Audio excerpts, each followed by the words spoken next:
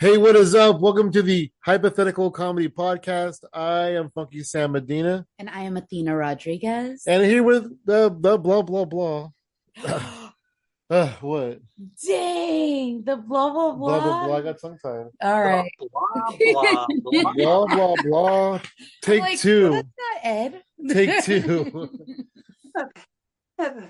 I'm just a blah, blah, blah, blah, blah. Hey, what is up? Welcome to the Hypothetical Comedy Podcast. I am Funky Sam Medina, And I am Athena Rodriguez. and we're here with comedian Ed Smyth. What's up, Ed? How you doing? Hi, Sam. Hi, Athena. I'm hanging out with you two California dudes. Can I call you dudes? Hell yeah. Heck yeah, you can. You gotta Bros? only if you hang 10. How's I used to have where I worked in the past former consulting life, California colleagues, and one time I said, well, we're talking about breaking for lunch, and I said, well, I just usually like the nosh, and they go, what's that? I said, Oh, oh, you know what's that's funny right. is there was actually a little cafe by my old work called Top Nosh, Oh yeah, and I was okay. like, Well, "What the heck are they talking about?" they had no clue, and I realized, oh Oh, yeah, that's more I had that's a New York slang, kind of a modified Hebrew. Yeah, and I said, you eat little, you kind of eat as you go along. You nosh. Nosh, yeah, that's Yeah. cool. That's cool. So, how's life out in the Big Apple? Well, yeah, depends where you want to go with that, but it's getting cold, and things are pretty much opened up now over the past 8 to 9 months with the pandemic. So starting to see regular crowds, and of course, long open mic lists. Oh yeah. It was nice. It was nice for a while. Actually, the toughest part was just getting back out there again, because for a long time doing Zoom mics and Zoom shows, it was so damn convenient. Yeah, You yeah, it just sit on your was. couch and you go, well, it's 5:07. Yeah, I think I'll do an open mic. No, it's true. And then, so for like almost a year, we were kind of like one foot in, one foot out, because it was still like kind of COVID. It was still kind of like scary out Yeah. there, and so we were still like a little apprehensive about like fully putting ourselves back out into the world. Oh yeah, yeah. And because of the convenience of it, it's been hard to shake loose And for a and long the time. I convenience is would sit and great. think, yeah, I gotta go Yeah. to open mic, but that means I gotta get dressed, gotta get my phone, I have and then to I gotta actually hang put out pants for on for three comedy hours. now. Huh? I have to actually wear pants for comedy. Yeah, yeah, I gotta wear pants. Yeah, uh, but it's surprising to see that there are a couple of different folks that are still pushing on the Zoom side. Hell You're yeah. Yeah, familiar? yeah. You're familiar with Plausible? No, not at all, actually. So a woman, her name is Leanne Linsky. She's got you call it an online network or an online channel, Plausible, and Okay. it's all Zoom. Well, it's a Zoom-like format. It's actually a different platform, but that's where it's just like Zoom mics and Zoom shows, but albeit with a slightly different platform. And I can see what she's trying to do is push it to get to the point where maybe she can merge with someone else or sell the concept outright. Okay, okay. So Wow. yeah, so that's happening. And That's what was cool. I going to say about Zoom and merging? No, I forget what it was. Oh, I know that actually one of the interesting things. Did you guys do other type of um, um, digital mics or shows apart from Zoom? I did a few other kinds, but I didn't do anything like virtual reality or anything, but I did do like Uh, other platforms. yeah, there was one interesting one that the gamers use, and I can't think of it now. You familiar with Oh, it's that? probably Failure to render. no, it's probably Yard StreamYard. Is that it? Yeah, that could be it. Yeah. And that was Maybe really not. interesting. Yeah, yeah. In part because where I use my phone, the image is reverse. So every time you think you're moving right, your image starts moving left. So it Oh, takes a so while. Zoom does that too, but you can turn it on and off. Oh wow. Yeah, exactly. Yeah. And then I've done what's the is there a Google one, a Google based one that you do Oh my that gives gosh, I don't know. I'm sure there is like Google yeah. So I Teams. think I've That's done about Microsoft. yeah, I think I've done about say 4 different types of formats. That's Wow. interesting. That's crazy. Well, it's not like I looked for them, just that, people would say, "Hey, we're doing the wacky mic," and it's on the different type of channel instead of Zoom. I love Wow. it. Yeah, and I could Yeah. see during the pandemic, like I mean, I want to get into other stuff too, but during the pandemic, you were definitely like I want to say a breath of fresh air because you were not Oh, the typical set up punchline. You were Yeah. a completely different beast. Like this whole sure. the your comedy was completely different and it was just so much fun. Like you do Oog, son of Og, I could probably have Yep. those sounds wrong. That was my No, favorite. no, That that's was my exactly right. Son of Og, 30,000 BC. that was my absolute favorite. And you could do an entire 10-minute set and not say a word. Oh I love yeah, sure. Yeah, and it's fun doing that. You know what? In general, is I think of the Zoom mics as just a miniature TV studio. That's all it Yeah, is. that's smart. Yeah. So you're just playing to the camera as much as you would if you were in a regular studio, and they're doing like it's like a close-in shot or a mid shot, from chest high. Do It's the you same way. So, do you have TV experience? um, not necessarily. I my undergraduate degree I did in communications, so I had Okay. some Wow. comfort familiarity with radio and TV.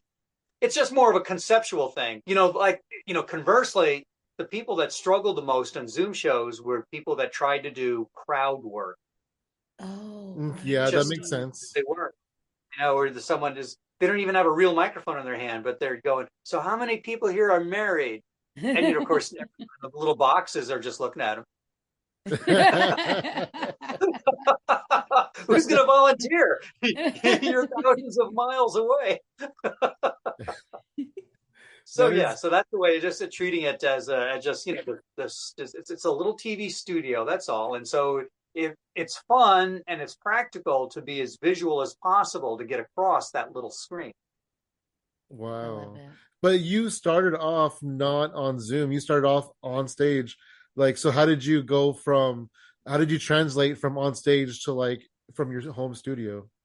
Well, if you remember when the pandemic hit in earnest and everything shut down by March of 2020, at that point, as everyone stopped doing live events, and the first rudimentary things that I got involved with, which you may have as well, is people were asking to submit a pre-recorded video, and Yeah, then they would okay. tee it up and then play it live at a certain time of the night. So what you're watching is, in effect, is a kind of a modified YouTube playlist. Yeah, that makes And sense.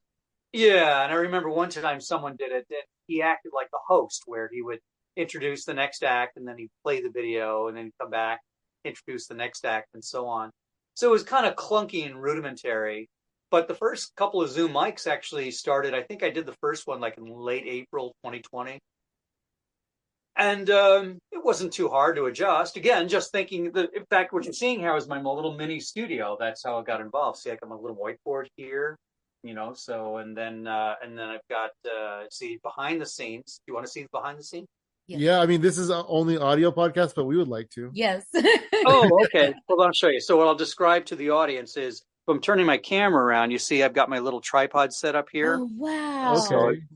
so I have a timer here. There's my timer, and Wow. I got kind of a basic bounce light. Like lighting professionals use an umbrella. So what I have Yeah. is a desk light, and this is 1/4 inch foam insulation, but that provides enough warm light so when it reflects on my face, you get a pretty good light coverage all the way around. Yeah, Yeah. absolutely. And it doesn't right because like It's very a soft. lot of people use ring lights, but that just kind of like Yeah, lights up one part of your face. it does. And if you watch closely, you can see the little rings in their eye in their Yeah, face. or their glasses. Yeah, you're right. Yes, exactly. Right, right. That's really cool. That's really smart setup you have there. Yeah. Yeah. Yeah. So that's just a way of adjusting to the Zoom world. The other fun one is I just discovered recently. I had Ted the Impressionist do it. Is I realized you can play with the boxes. Although I tried it, I don't know if people either thought it was too cute to be hip or they just weren't getting it. But I was trying to do things where like I tried to do a set like this sideways, and nothing was happening. I just didn't know if people going what, or they thought maybe I was tilting the camera. But I have fun doing it. Like, ooh. The other is you're familiar with the old World War II graffiti Kilroy was here? Yes. Oh, great. So I do my Zoom version of that. You haven't seen that. I There's a don't Zoom think version so. of I don't believe Kilroy. so. Kilroy was here.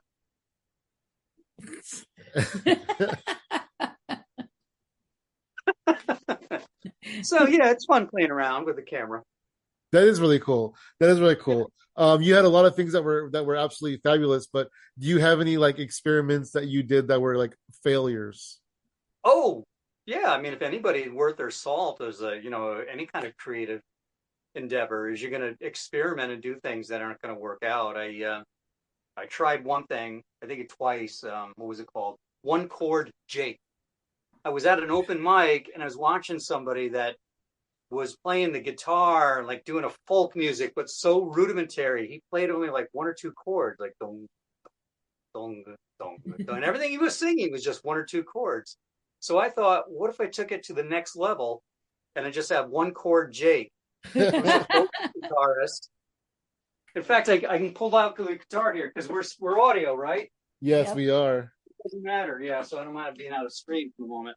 So one chord Jake is he sings it goes and now I'd like to sing a heavy metal song for you. Uh, yeah, one eye open, one eye closed. Now I'd like to do a country and western song for you. Oh, I walk the line.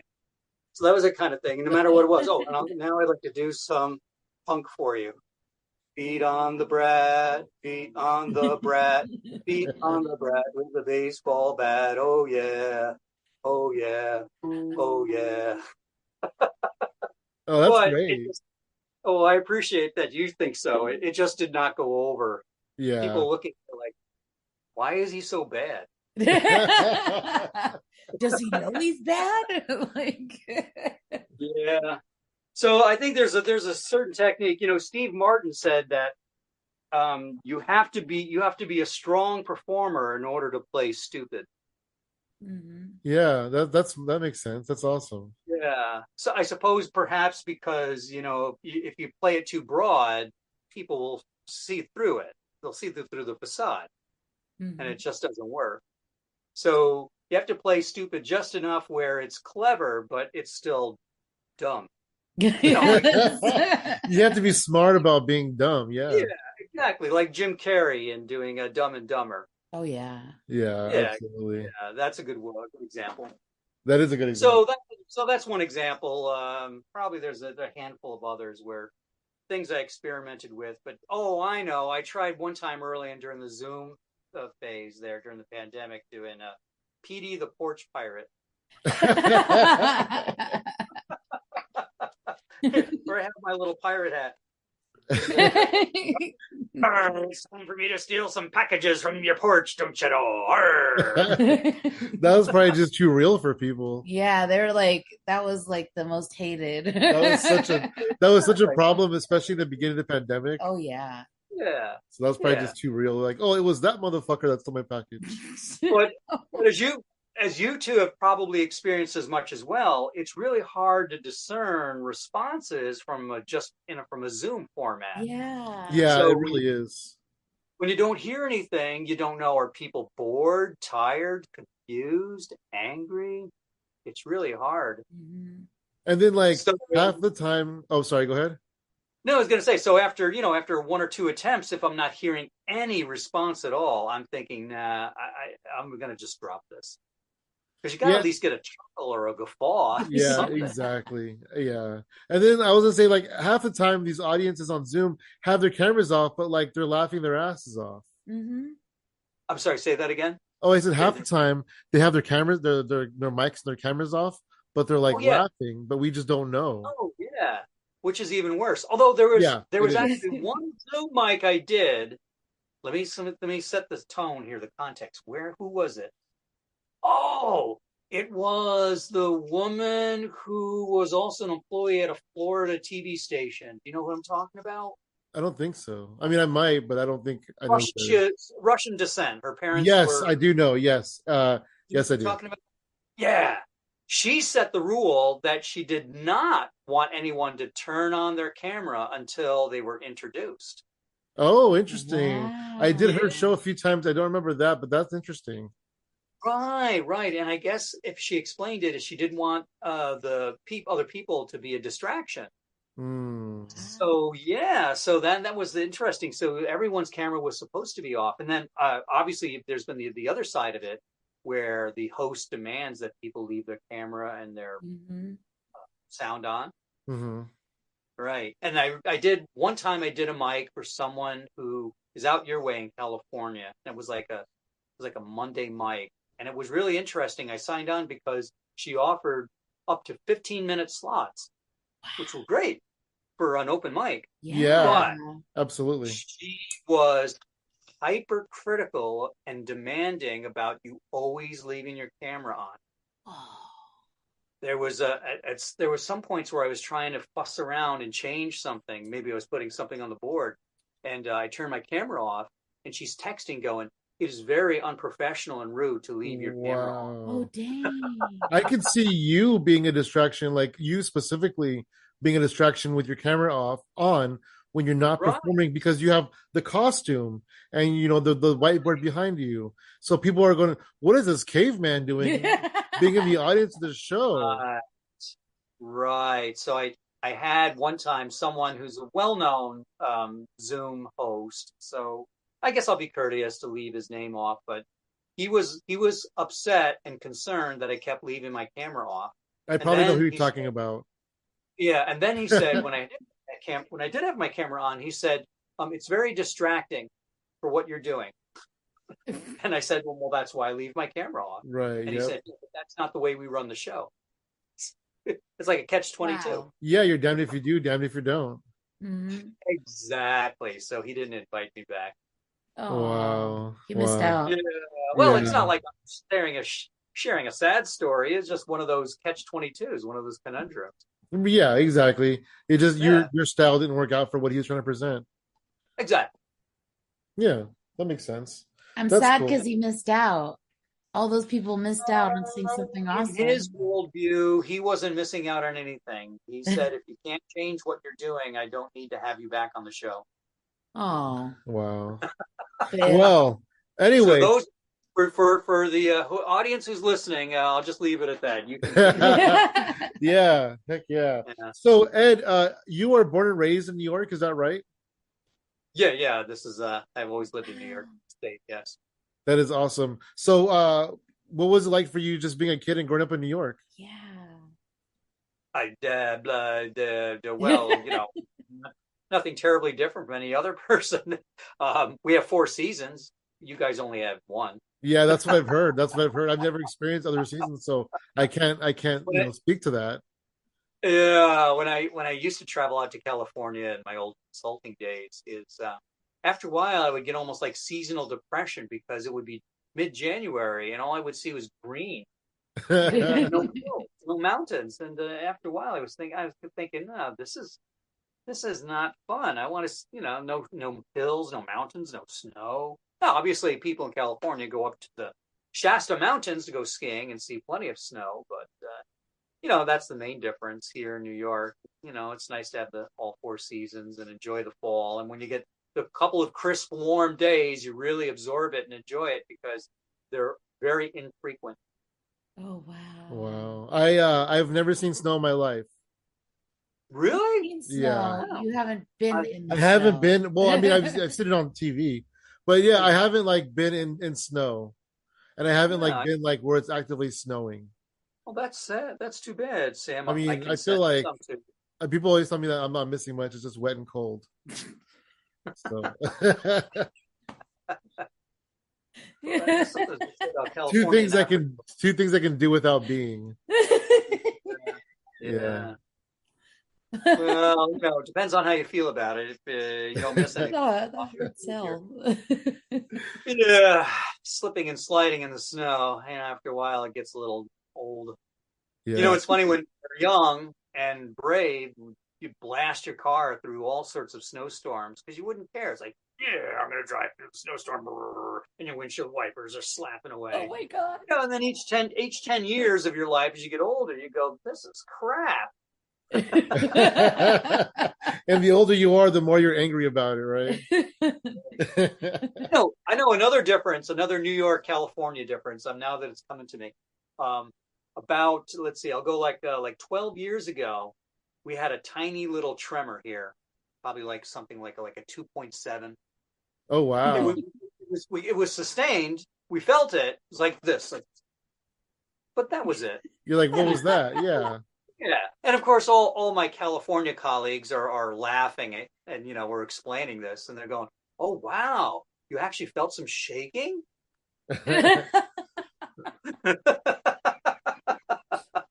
But that's how like New Yorkers are when we say, "Oh, it's a little cold." You don't know cold. Like Yeah, yeah, I used to work at hotels and I was working graveyard. And in hotels, there's a lot of people from out of state or whatever, And yeah. there was an earthquake, and I didn't even feel it. I didn't even realize there was. I was sitting at the front desk, and I didn't even realize there was an Really earthquake. good. But the front desk phone was ringing off the hook. Everybody wanted to be the person to tell me that there was an earthquake. And I'm like, oh, well, okay, well, this is California. Like, we're prepared for it. So, if anything happens, we'll be fine. And then Yeah, oh yeah, there was yeah. these Because two, we get small tremors here now and then. The yeah. same thing in Chicago. Actually, I remember that well. I was sitting in a conference room with a couple other folks, and we couldn't figure out what it was. It sounded like someone was dropping an air conditioner on top of the roof. Wow. 'Cause we don't know earthquakes. What do we know? Dang. That's crazy. Yes, but we survived. Yeah, we do. We do. Live for another day. Yeah. Heck Yeah. yeah. That's cool. So at what point did you become interested in stand-up comedy? Mm. Oh, I don't know if there's any particular revelation. It's just when I was a kid, always I always enjoyed just acting up in class. If we were doing something that involved dramatic reading. I remember one time in second grade, we are doing a reading circle, and all the kids are reading their books like typical second graders would, is one word at a time. The grass is green. The dog plays in the grass. I like to play in the grass too. Or I was reading it to kind of like almost dramatically. Oh, the grass is green. The dog likes playing in the grass. I Oh like wow, the grass nice. too. Yeah, yeah. And I was realizing is, oh, this I can be entertaining. That sounds So, adorable. when I grew up, That does sound adorable. yeah. So as I grew up as a teenager, I always enjoyed just the both cartoons and watching comedy on TV. So some of my favorite things when I was a kid, as a young teen, is uh, Saturday Night Live. We got it late because the local station didn't want to play it because they thought it was a disruption to their late movie series. Second City TV, Monty Python. And I Yeah. loved, actually, my parents were surprised. I loved reading Doonesbury back in those days. They Okay. understood why I was cracking up on the couch reading it, but I loved Trudeau's like just razor sharp satire. Nice. So That's one of the yeah, ones I didn't read because it seemed just too serious for me. I don't know. I wasn't into that one, but that's cool. yeah. The early Doonesbury was very very very sharp and satiric, especially during the Nixon years. So those are the kind of things that always it cracked me up, and then for a while, then I tried to do stand up when I was younger, but it was just really tough to make any headway. So I stopped for a long, long time, and then finally picked up again on it. It'll be 7 years ago now. Wow. That's Wow. Yeah. amazing. Did you do any of the characters when you were a kid? Like, did you No, start doing characters when you were very young? no, no, no. Because actually, one learned lesson I have now after all these decades is, uh, I guess I'm too much of a method actor. Is I really get into then just being what I want to be on stage, and if it's just a regular person like I am, people think I'm serious. Oh, wow. But if I can be Oog son of Og or ancient baby boomer, then it's almost like a visual release. It gives it's a visual cue, I should say. It gives the audience an understanding is okay, whatever he's saying is don't take it seriously. Mhm. Yeah. Wow, that's Yeah. interesting. So yeah, actually Oog son of Og started from it would be like 7 years ago. I actually was doing just a silly bit called the Dawn of Comedy 30,000 BC, and all it was just going walking up to the microphone ape like and going let's see how to start dating, tuh, airline food, tuh, difference between man and woman, me no like, tuh.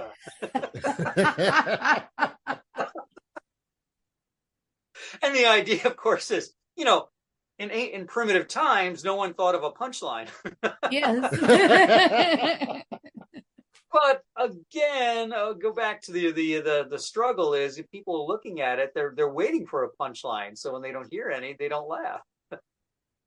There's no release. I love it. Wow. Well, that is true So though. But it was oh, go really ahead. enlightening. It was enlightening about, well, I'll say like 6 years ago, I got the Steve Martin biography. Have you ever read that? No, No. And, no, have not. and You're Laughing, I think it's called. One of the things he broke out in the early chapters was his purposeful decision to do material where he's not going to do the traditional setup punchline, but rather deliver things in an absurd way and let the audience decide when to laugh. Oh, interesting.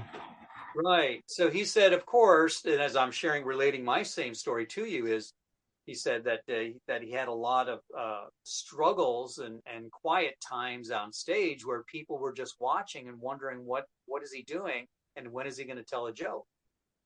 But he said it was the purpose is to keep building the comic tension until the audience decides when to laugh. So Wow. Oh. of course, yeah. So of course he That's got better crazy. at his own craft doing that. But that was the early Steve Martin from the mid 70s. Oh, And he was wow. And that was kooky before he things was even on stage. famous. Right. And he was doing the kooky things on stage. And as an audience member, it was dawning on you that it is kooky and you're laughing at it rather than waiting for a particular punchline. Mhm. And then, of course, Andy Kaufman took it to the nth degree where Yeah. he's not waiting for any laughs. He's just doing his thing. And eventually you're laughing at his situation, what he's doing. First time I saw him on Saturday Night Live, I thought they must have brought up some just like random person from the audience to just and I didn't laugh. I didn't think it was funny at all. I was just watching it going, this is dumb. All it is this guy standing there playing a record player. It took a while for me and like anyone else to realize, oh, okay. You're he's setting it up so you're laughing at this whole scenario of this guy who has no clue what he's doing, playing a record player and pretending as if he's lip syncing to it. Wow. And Oog son of Og was for me because I was just laughing the entire time Yeah. you were doing it. Right. So Oog has a little more sharper craftsmanship, if you will, where Yeah, it yeah, yeah. it's kind of like a reveal to the audience, but not in a hokey ta-da sense, but rather is da da da and then da da, And then that pregnant pause. So the audience goes, "Oh, okay." Yes. Ideally laughs at it, of Ye- course. Yeah, Like you're the right though. you've seen Oog do the magic trick. I That's I had to have. I believe I have. Yeah, where Oog demonstrates he's got a cookie and he's got a handkerchief. And he covers the cookie with the handkerchief, and then he explains that he has to say a magic word, and then he pantomimes that he has to do a complete 360. So as he does the 360 and comes around, suddenly the cookie's gone. Cookie's gone. Wow! I don't think I've seen Right. that. It's a visual gag. That sounds fun. Yeah. That is awesome. That is awesome. So you said you got into comedy one time and it didn't work out, and you kind of stopped doing it for a long time. What was that experience like for you? Like, why did you decide to get into it at that point in your life? Why did I decide to get into it the Yeah, first time? The yeah. first time. Yeah. The Oh, first time when you felt like it didn't work out. I'm sorry. Let me understand the question. You're saying the first time. Why did I get into it? Yeah, like why? Um, And then also like, what was your experience like? well, it was tough because it's still the same as now, but just I'm much more older and wiser about managing to it. But in the local scene is you just have a lot of folks who doing local comedy who just do the traditional observational humor about Mhm. kids, dating, um, food, and things they see in the street, and that's what a local audience expects. If someone goes to an elk club to see a comedy show, they're going to see someone who does some jokes about dating, wives, and marriage, and kids, and that kind of thing. So for me, the kind of material I do, obviously doing it without any visuals to it. When you're watching, for example, Ted the Impressionist or even Oog, I would say is you're seeing what Ed did 20 years ago or so. But now he's Wow. putting it into a context. There's a character behind it. Whereas Ed just doing it plain by himself it, people weren't getting it.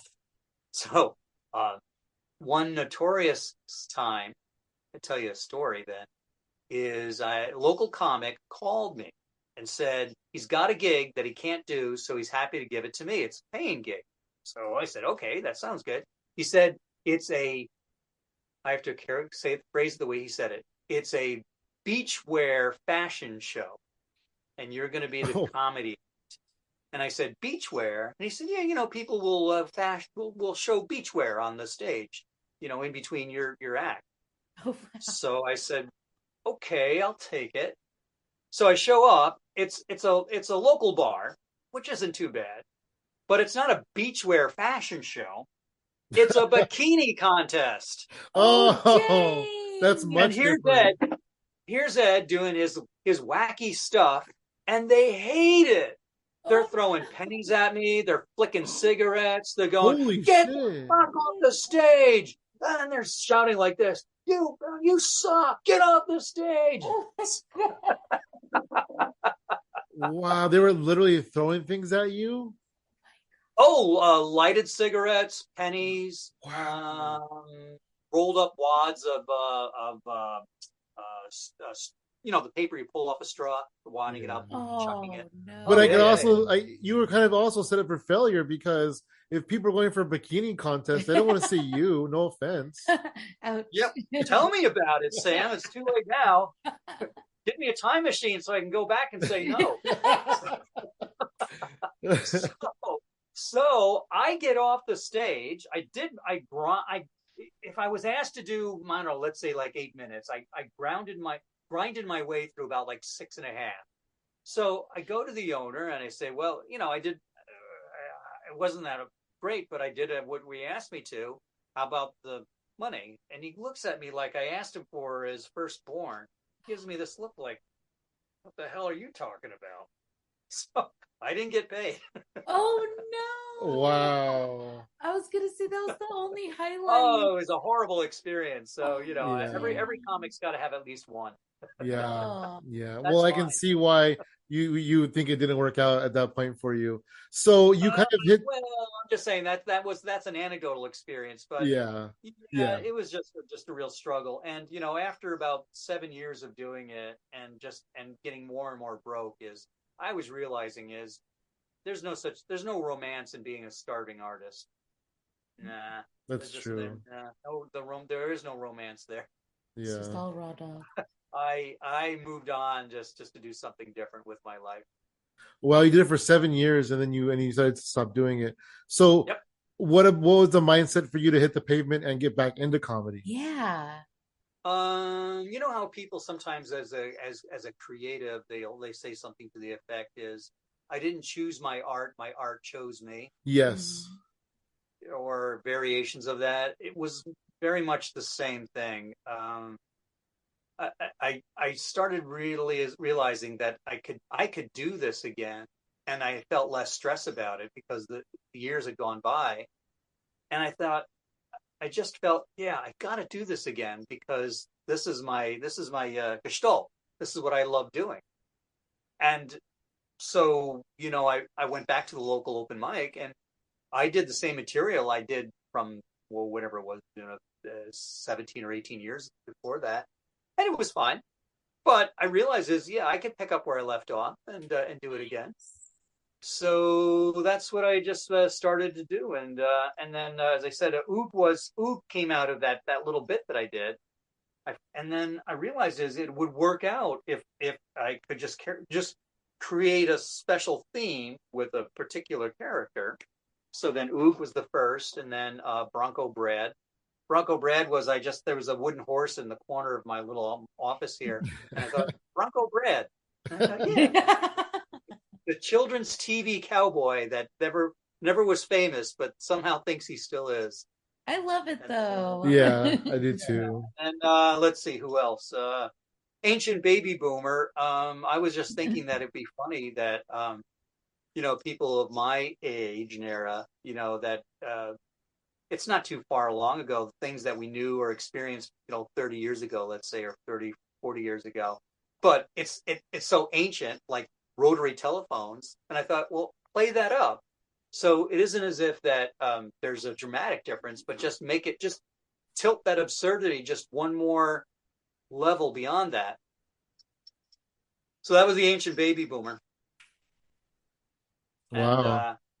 and then am I missing anybody? Oh, one thing I haven't done lately is and I don't know if I'll continue it, is Vladimir Lenin's Total Bolshevik. Oh I dang. like it. I enjoy it. It's because I just got this idea of Vladimir Lenin came back to life as a Vegas comic. Hey, how do you doing? It's crazy. I tell you, crazy, crazy. I tell you. Oh, I think I've seen that before. Yeah, yeah, but I don't know, Sam, if either people don't know who Vladimir Lenin is, or they don't quite get why is Vladimir Lenin telling like Shecky Green type jokes. Yeah. But I enjoy it. It's fun. It's like, hey, it's crazy. I tell you, crazy. And of course, it's all really bad two-liners. About what was like the earliest one. Oh yeah, I go to bar. Yeah, I tell bartender, make me a white Russian. He said, okay, take off that stupid uniform and tell me you love the czar. Hey, you know what I think. You know what I think, Athena, Sam, here is I don't think people know what white Russia refers to. So the joke doesn't really it doesn't hit. Wow. You mean they don't know I that can the tell drink? they may be even laughing at what I'm doing, but they don't understand. They don't really get the gist of it. Do you guys know what the White Russians were? No, I Like, don't. I just know the drink. I see, don't right? Yeah, know. see, exactly. Yeah. Yeah. I mean, why should I foist that on you? The White Russians. The White Russians were the remnants of the Tsar and his government after the Bolsheviks took over. Oh dang. Oh, In okay. fact, immediately after World War One, from 1919 to 1920, it was an active civil war between the White Russia and the Soviets. See, there's a you can't go to a comedy club and have someone explain that to you. Yeah, Right. exactly. There's no like context portion of the comedy So show. you see, when I say make me a white Russian, that's why the guy says, take off that stupid uniform and tell me you love the Tsar. Because you're a white Russian. Get it? Okay. All right, let's move on. So there's another example from your question you asked a few minutes ago, Sam, is yeah, there's something that it's fun to do, but it doesn't really hit home. Yeah, no, that makes sense. Yeah. So on your second run of comedy, you've definitely seen a lot more success. Mhm. You've been in a bunch of comedy festivals. Do you have any fun stories or experience about some comedy festivals you went to? Um, well, the most frequent one has been the Finger Lakes Comedy Festival, which is in Ithaca. Um, the people who organize that have been they've been gracious enough to invite me for now. It's been like 6 years straight. Oh Um, wow. Actually, the one thing that struck it's fun. It really is just an unpaid showcase in front of fairly receptive audiences because people want to be there to see a show. Um, the one thing that strikes me is the first one I went to at 2016 is I met a bunch of folks who actually have now become much more on the main circuits. And it's one of those things is I don't know if I just didn't do enough networking or I wasn't memorable enough, but I watch their clips on TikTok and I think, oh boy, they got far. I'm still working on my path. Uh, Yeah. yeah, they're pretty much they're like fun showcases. That's the way I can put it.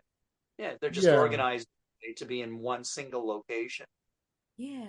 Yeah, and it definitely pads your comedy resume a little bit, and it also helps with like what's the word networking. There we go, networking. Mhm. Yeah, and that's what I'm recognizing now. That actually is the bigger value of the Yeah. network rather than the performance. And actually, the irony is that, like with the Finger Lakes Festival, is that there's always a promise that they'll video record your set. But of the 6 years that I've done it, it's only been 1 year that they've actually had a videographer. The rest of the time, they haven't been able to pull someone together, or they dropped out the last minute. Oh Oh Uh, wow. wow. oh, I know. Actually, a fun story was last year, and almost again this year, is I finally got to meet up with Luke Lindale. You're familiar with him? Yes. Yeah. So Luke and Luke's very kind of a very he's a very easygoing, chatty guy. He'll call he's done this where he calls me out of the blue and we'll talk for an hour.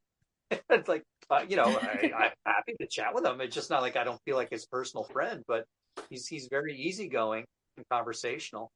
So I know that if I ever want to go to Toronto to perform, I can hook up with Luke. Just that Nice. hell of a long trip to go to Toronto. Yeah, that's Mhm. cool. So it's just a way that I try to get down to the cities. I think about how I can leverage that into contacts.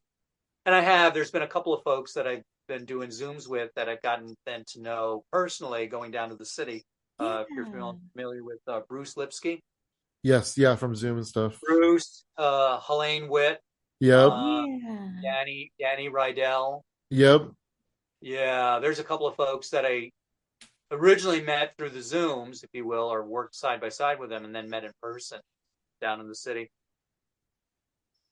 That's awesome. That's one of the things I Yeah. really loved about Zoom is the ability to network with people you normally wouldn't probably have networked with because they were all in their states, but now you're like all online. So it kind of made it a Oh, more yeah. vast approach at networking. And I loved that part about it. Oh, yeah, yeah. And if travel wasn't so damn expensive, it would be great. Yeah. I Yeah. still have a standing offer from Sonus Steven. I can come out to Tokyo whenever I want. Oh, nice. Wow, that's cool. That's Yeah, really but I love but it's one of it. those. Okay, yeah, all right. And if I want to, just starve to death for the next year and a half, cool. But at some point, you can make it fly to happen. Tokyo. And if the opportunity arises, you know who to call. Exactly. Well, yeah, indeed, indeed. So that's the thing is, it's almost like meeting folks from international level was a real kick. Yeah. Yeah. And to your One point, thing about if you would never meet them in real life, but through the Zooms, you got to meet a whole bunch of people. Oh, Peter Seidel is another one. Yep, You know yep. him, right? Yeah, yeah. Yeah, one thing about the networking during the pandemic, like for example, there's this guy in Texas who I became really good friends with, right? Would I have met Yep. him without the pandemic? Probably. Would I have become as close to him? Probably not. Yeah. Are You you talking know. about Al? No, he's actually Al's roommate, cousin Berto. Oh, cousin Berto. Yeah, Yeah, yeah, yeah. yeah. We Yeah, became I know really what you good mean. friends during the pandemic. Just Oh, Zoom okay. hangouts and Yeah. things like that. Yeah, Just yeah. One of the most hang. fun Zooms I had and I miss is the one that Al and cousin Berto was on. Michelle, what's her name? Starts with a D. I'm Is not it sure. Michelle Was it fail to render? Could have been. Is she Are you talking she about are you talking about a different Al? Are you talking about Big Al Gonzalez? and Al Casalia was Okay, on different. It's a different Stand Al that I was By. thinking of then. Oh, okay, yeah. Anyway, Michelle. I think it was on Monday nights, and it was a really fun mic that she had. And but once the pandemic lifted, she didn't want to do the Zooms anymore. But she offered that she has live shows. But again, it's in Texas. It's Yeah, like, exactly. it'd be great if I could just have unlimited wealth. I could travel. Right. Yeah, that's the dream. Absolutely. That's the dream someday, right? So now I know better. Next time there's a pandemic, I'm going to focus on the Zooms that emanate from New York City and Boston. That's smart. That's smart. Mm. Then that way those people will book you when the pandemic is over and you'll be close to Well, home. yeah, it's much more practical networking. Yeah. Heck yeah. Yeah, that's definitely true. That's definitely true. So Sure. Ed, do you Yep. have anything coming up? Any projects in the works, anything like that? Oh, let's see. Well, right now the most immediate one is that I got a submittal accepted an invitation to do what's called the New York City Talent Show, which is this Ooh. really goofy offbeat showcase. So I got invited to do that this coming Tuesday night, and Oh, then uh, congratulations. That's oh, rad. well, thank you. Yeah, it's one of those things where it's like it's almost like a booked mic, if you will. Yeah. So I don't want to Okay. undersell it or oversell it. It's but it is by invitation, and then Elaine Witt invited me to do the comic strip again Hell this yeah. coming Thursday, which again is like an early show. Uh, what else? Ba, ba, ba. Well, right now that I've done a couple of hour plus um, one man show called Coup Comedy, and what I'd like to do is then package that and market it so that then I can actually just set up my own booking, if you will, that way through small venues. Yeah. So Yeah. I've done a let's see, one, two, three, yeah, three of those so far, and they've been pretty successful. Whether it's by myself or if I have a like a guest, I call him a guest performer, not really a host, but someone who can do like 5 minutes in between sets. Nice. Oh, that's cool. Yeah, Well, you kind of change and get ready for the next scene or whatever. yeah, exactly. So our most recent Wow. was let's see, that was last Saturday, right, at venue up in Glens Falls, north of here. Nice, And nice. That's that show cool. actually lasted 2 hours. If anything, I got to be careful and make sure I can edit it. After about an hour and a half, people can, people's energy wears out. Yeah. Yeah. So it's great because I'm bringing in effect four different performers in the hour and a half show, but you only have to pay one guy. So yeah, I always think of it like this is a way to book real cheap. Yeah. Nice, nice. And that's a pretty big deal doing your one man hour long show. Hell That's yeah. Yeah, awesome. yeah, it's fun. Any aspirations to like film it and put it online or like as a special or something? No, that'd be more. No, no, that's more of a like a dream thing. The more practical approach is what venues can I pitch it to, and how do Yeah, I streamline okay. it so that it becomes manageable to set up, break down, and perform. Yeah. So it's really just working through the logistics. But indeed, if it seemed like that would be an opportunity to do more with it, sure. But I'm happy just even to do club events. It's a matter of Yeah. just breaking into that next tier. That's the tough part. As you know, familiar with comedy, the comedy world is like very wide, flat pyramid. Mhm. There's a lot of people at the bottom, and then there's a little less more on the next level, on the level beyond that. But get to that peak, 4 or 5 stages. It takes a long while to get Yeah. through that Oh level yeah. of just the sheer number of people in the comedy world. So I always feel kind of like whenever I see these posts where people post for comedy classes. Hey, did you ever think about being a comedian for $120 in 6 weeks? I can show you how. And I always think, yeah, like we need another one. So because Right? Aren't there enough of comedians? it's not enough that I have to sign up and be number 28 in a 32 person mic. I Oh, really like to bump it up to 40. Yeah, Have don't you get ever me started on have you ever done parking. one Don't of get me started. those? You guys have done that, haven't you? What's Yeah. that? You go to like a major comedy club that has like a once a month open mic, Oh and there's yeah, and you're at the bottom of the list. 30 people, 35 people signed up. Yeah, no, we have our local comedy club has an open mic. That's a lottery. That's how many people sign up. Oh, well, that's good. Now, can Yeah. you sign up for the lottery ahead of time? I mean, you have to be there if your name There's gets no drawn. pre-signs. There's no Ah, pre-signs. So you right. get So you there, still have to you give sign some up, time. and then you have to buy 2 drinks still and whatever. Yeah, but there's no guarantee that There's you no you know you guarantee get. to get on stage, no.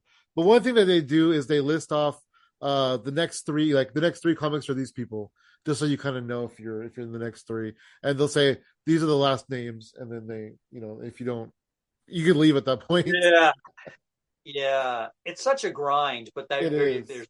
such demand. That's just it. If it was only 5 people showing up, they wouldn't do that. Yep. Right, exactly. True. They know All that they're going to five get people would 30 go people up. showing up with at least one guest each, so you fill the room. With all these people, who have a dollar and a dream. Yeah, who may not go up. They're just buying drinks. Yep. Right, right. So Awesome, I awesome. avoid those to a large degree. Yeah, me That too. um, the lottery ones, that's bad enough, but the ones they pull the name out of the hat, Yeah. which would be okay if it was a finite number of slots, let's say like 20, and you're there for an hour and a half. But I've gone to ones down in the city where they have, I don't know, 30 or 35 slots, and you have no clue, of course, because your name's in the hat. You could be Dang. first, you could be 10th, you could be last. And it's such a drag to sit through 2 hours, just person after person. So it's tough. I've stopped. I've realized that it's time to stop doing those type of mics because I've equated it to the idea of trying to build a house 1 hour a day at a time. Yes, the Interesting. house will eventually get built, but she'll be dead or before it finally everything together. And it's the same way trying to do 5 minute open mics. It's just not worth it. You're Yeah. starting off, yeah, you can be bad and you can sit through it, but after a while, you got to just be more. What's the term? What's the term for be more time efficient? Level up. You got to You got to be grow. more You gotta effective with your be time. Yeah. yeah, Yeah, yeah. You gotta be yeah. smarter. Work smarter, not harder. Yeah. Exactly. And open Yeah. mics are like that. Some open mics are good. You probably have a couple like that in your Yeah, around there's some your. that we go to and some we don't. Yeah, some that they may be like in a smaller venue, but there's only say 12 people that show up, Yeah. and which is good. And then the other hand is we talked about the major comedy clubs, which we have here the same way, is they have a cutoff at 25 people, and so when 35 show up in a line, is you have to wait in line until they do a shutout, and then there you go, and then you're committed. You've already spent 2 hours standing in line. Oh wow. Mhm. Yeah. Yeah. So and obviously it would be much more easier if they wanted to is to have like an online sign up and then do a lottery because then you Right? okay Yeah, you're Yeah. right about that. Yeah. online. So I put my name in and then I get it. If it's a 6 o'clock mic, I get a notification by 5 o'clock that I wasn't picked. Okay, great. I've got the rest of my evening free. Yeah. But they'd rather you be there buying drinks. Yeah. Yes, indeed. Yeah. Yes, It's a yes. Yeah. business. It's That's the all hook. life is a business, Ed. Life is a You business. know Mhm. it, brother. Speaking of business, thank you for joining us very much. It was Yeah. super fun talking to you. Oh yeah, this was a fun conversation. I I always feel funny with these interviews is that I don't want to dominate the conversation too much. So I try to turn the tables around and ask you guys questions. Yeah, yeah, that's cool. We like you to dominate though too, because we're here to find out about you. Yeah, we want to hear your Well, stories, your voice. Absolutely. I You wanna appreciate it. you wanna promote your business and plug your social media? Oh, let's see. Well, you know what? I've always appreciative if people would like to go on my YouTube channel and see my different playlists. I have different playlists for Oog, for Ancient Baby Boomer, and then I've got Nice. some fun playlists of classic funny commercials and um cl I would call it classic comedy to watch. And then what was the other one? Great humorous music videos Oh. Julie Brown. Julie Brown. Oh, Hold on, let me think for a moment because I'm a blonde, and you know that one. Right. Nice. Yeah. No, did you ever see the movie Earth Girls Are Easy? Hell yeah. Oh, okay. Remember when Julie Brown does the beach scene? Yep. Because I'm a blonde, yeah, yeah, yeah. Because I'm a blonde, Oh yeah, yeah. yeah, yeah. And the other one, oh, Girl Fight Tonight, which is great. So I've got that on the playlist. So if you come to the Ed Smythe, you look up Ed Smythe on the YouTube, and you come to the playlist. I've got all sorts of fun things. You can spend half an evening just watching funny videos. Awesome. That is awesome. So I know I I've looked I've tagged as well as my own clips. okay, sweet. I know I Yeah, looked you up before, like when we were deep in the pandemic, but it's been a while. So I'll go ahead and check out your YouTube page and check out your playlist and see what's going on. Yeah. yeah. Sounds like That fun. that. So if someone does that based on my recommendation, I'm pleased. Excellent. Awesome. You can Yeah, because find. Oh, go I'm ahead. still not a social media. Well, I should say I'm still a social media neophyte. I've been putting a little couple of clips on TikTok and on Reddit, but it's been hit or miss, Yeah, Mm. same. which is fine. I'm experimenting. I'm seeing what works. Hell Oog yeah. seems to hit well. Exactly. Oog seems to hit well on TikTok. Ted the Impressionist, not so much. Oh, interesting. Everybody Yeah, loves but it's just hit Luke. or miss. You never know. Stupid things go viral, and Yeah. then great works, and people just don't care for. That's why Van Gogh was starved to death, right? Yep. People go, "What is this crap?" Hell I'll yeah. buy one. I'll put it up in my bathroom. But, all right, yeah, here's $10. And now This he's guy like can't the even most famous one of all can't paint time. stars correctly. What's going? This is stupid. Look at you! Look at you trying to paint flowers. It's a bunch of mishmash. It's like a two second grader did it.